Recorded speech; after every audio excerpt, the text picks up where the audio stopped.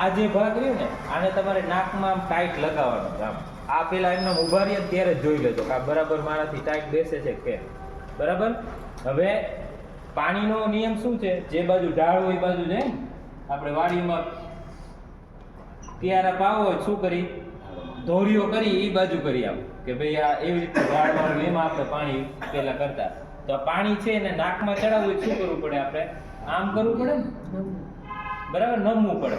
હવે એમાં જો તમે આમ નહીમાં અને આમ કર્યું તો એ પાણી આ નાકથી લઈને અહીંયા ઉપરથી નાક એક જ છે, અહીંયાથી અલગ અલગ છે બરાબર. પણ તમે આમ અને આમ થયા પછી જો આમ કર્યું તો શું થાય? ગળામાં આવે. મગજમાં નહીં જાય, ચિંતા ન કરતા. અહીંથી તમે હળીઓ નાખો ને તો એ મગજમાં નહીં જાય, એટલે એ ચિંતા નહીં કરતા. એ આવશે એ ગળામાં જ આવશે. ક્યાં આવશે? ગળામાં કા બીજા નાકમાં, બે જ જગ્યાએ. એટલે તો અમે અત્યારે ટ્રાય કરીએ ને આટલા બધા સમૂહમાં. નકર ટ્રાય ન કરીએ, એવું રિસ્કી કાંઈ હોય કોઈને કંઈ થઈ જાય હોય તો અમે ટ્રાય ન કરીએ અત્યારે, એક જણને કરાવી તો બરાબર.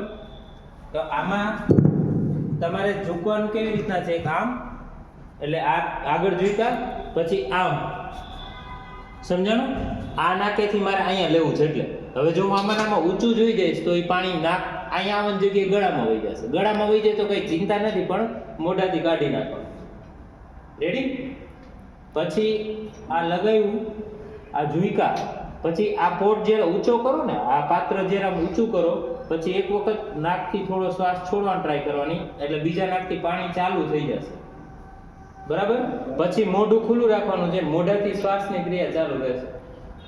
પછી તમારે મોઢું બંધ નહીં કરવાનું, આ પાણી એની મેળાએ ચાલુ રહેશે. પછી તમારે કાંઈ પ્રયત્ન કરવાનો નથી અને મોઢું ખુલ્લું હશે, ત્યાંથી શ્વાસની ક્રિયા ચાલુ હશે. રેડી?